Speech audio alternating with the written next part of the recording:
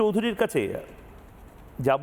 দেবাশিস চৌধুরীর কাছে যাওয়ার আগে দেবাশিস দা, শুধু তামান্নার মা সাবিনা ইয়াসমিন কিন্তু সিপিএমের ক্যান্ডিডেট ছিল কালীগঞ্জে।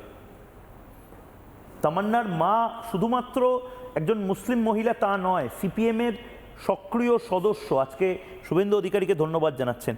এটা একটা দিক। আরেকটা দিক হলো একটা দারুণ ছবি, বীরভূমের মাদ্রাসার ছবি, হাই মাদ্রাসার ছবি, মানে গভর্নমেন্ট মাদ্রাসা।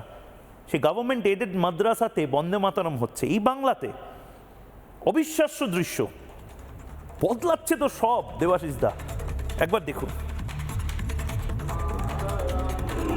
বন্দে মাতরম, শুভ্র জ্যোৎস্না পুলকিত যামিনী, ফুল্ল কুসুমিত তনুদল শোভিনী, সুহাসিনী সুমধুর ভাসিনী, সুখদাং বরদাং মাতরম, বন্দে মাতরম, বন্দে মাতরম।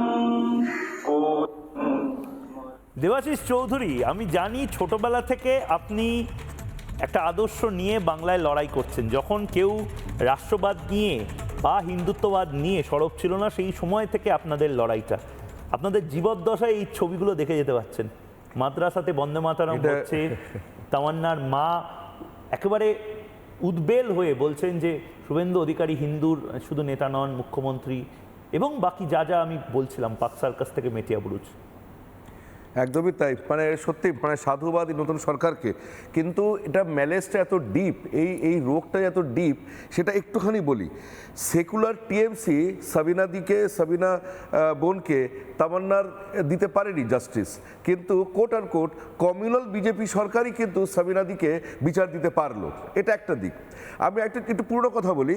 18ই মে 1984 গার্ডেন রিচে বিনোদ মেহতা আইপিএস খুন হয়েছিল, এবং যেইভাবে গার্ডেন রিচে বিনোদ মেহতা খুন হয়েছিল, তারপরে সেই 1984 থেকে যদি সূত্র ধরা হয়, যারা খুন করেছিল বিনোদ মেহতাকে গার্ডেন রিচে, তারা পরবর্তীকালে কিন্তু শাসক দলের কমিউনিস্টদের, সিপিএমদের বড় বড় নেতা হয়েছিল এবং মন্ত্রীও হয়েছিল। নাম না করেই বলছি, গার্ডেন রিচের পুরো লোকেরা জানে।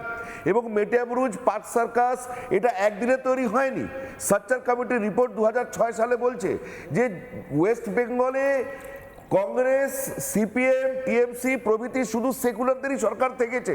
এই 1-1.5 মাস হয়েছে তথাকথিত কোট আর কোট কমিউনালদের সরকার হয়েছে। কিন্তু ওয়েস্ট বেঙ্গলে সাচ্চার কমিটির রিপোর্ট বলছে লেস দ্যান 4% আর ওয়ের ইন গভর্নমেন্ট এমপ্লয়মেন্ট। আজকে সেটা বেড়ে বোধহয় 5% হয়েছে। 25%-এর মতন Muslim population, graduation, higher secondary pass less than 10%, 7 থেকে 8%। হায়ার এডুকেশনে মুসলিমরা নেই, গভর্নমেন্ট জবসে মুসলিমরা নেই। টিএমসির 15 বছর শাসনের পরেও তসিফ ভাই বলল রুটি কাপড়া মাকানের জন্যে এই যে আজকে যেই ধরনের স্টেপসগুলো নেওয়া হচ্ছে, গুন্ডা আইন থেকে শুরু করে এই যে উচ্ছেদ, এতে কিন্তু আদতে মুসলিম সমাজেরই কল্যাণ হবে। কেননা ক্রাইম যদি একটা সমাজকে যদি ঘেটোয়াইজ করে রাখা হয়, তাকে যদি ঘেটোবন্দি করে রাখা হয়, আর ঘেটোয়াইজেশন কেন? মুসলিম সমাজকে ভোট ব্যাংক হিসেবে ব্যবহার করার জন্যে।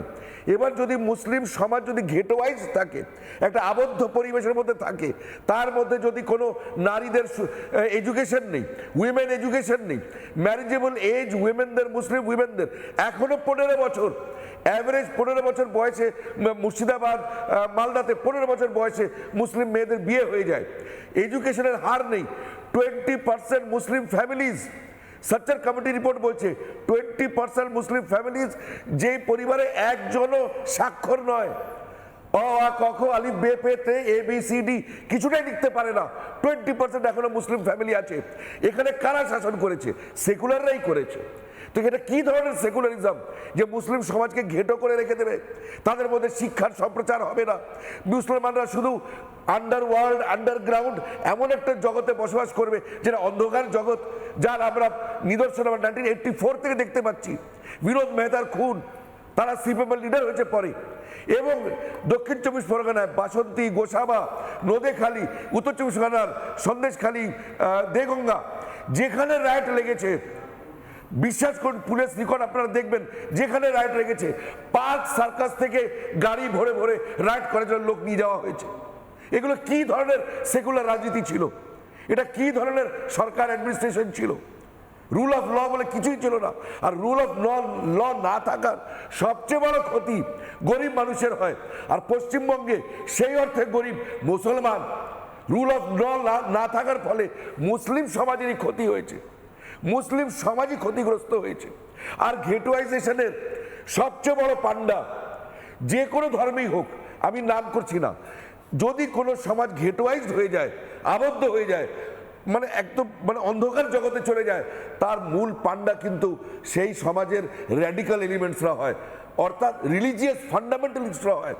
ইসলামিক র্যাডিক্যাল মানে মৌলবাদ, ইসলামের যে মৌলবাদ, তারাই মুসলমান সমাজের মধ্যে মুক্ত চিন্তা, independent thinking, freedom of speech, freedom of expression, বেশ। এগুলো মৌলবাদীরাই একদম। করতে দেয় না।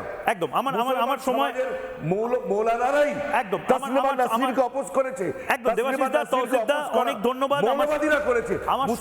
আমার সময় একেবারে শেষ। নানা ধরনের কন্টেন্ট দেখার জন্য লাইক করুন, শেয়ার করুন আমাদের ফেসবুক পেজ, সাবস্ক্রাইব করুন আমাদের ইউটিউব চ্যানেল।